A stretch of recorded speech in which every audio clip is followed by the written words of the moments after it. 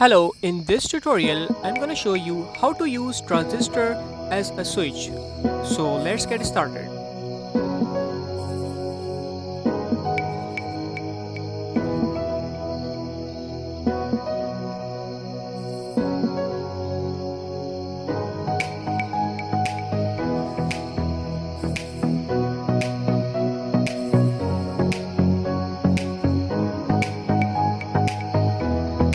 For more interesting project, please subscribe to our channel and don't forget to click on bell icon for our recent post notifications.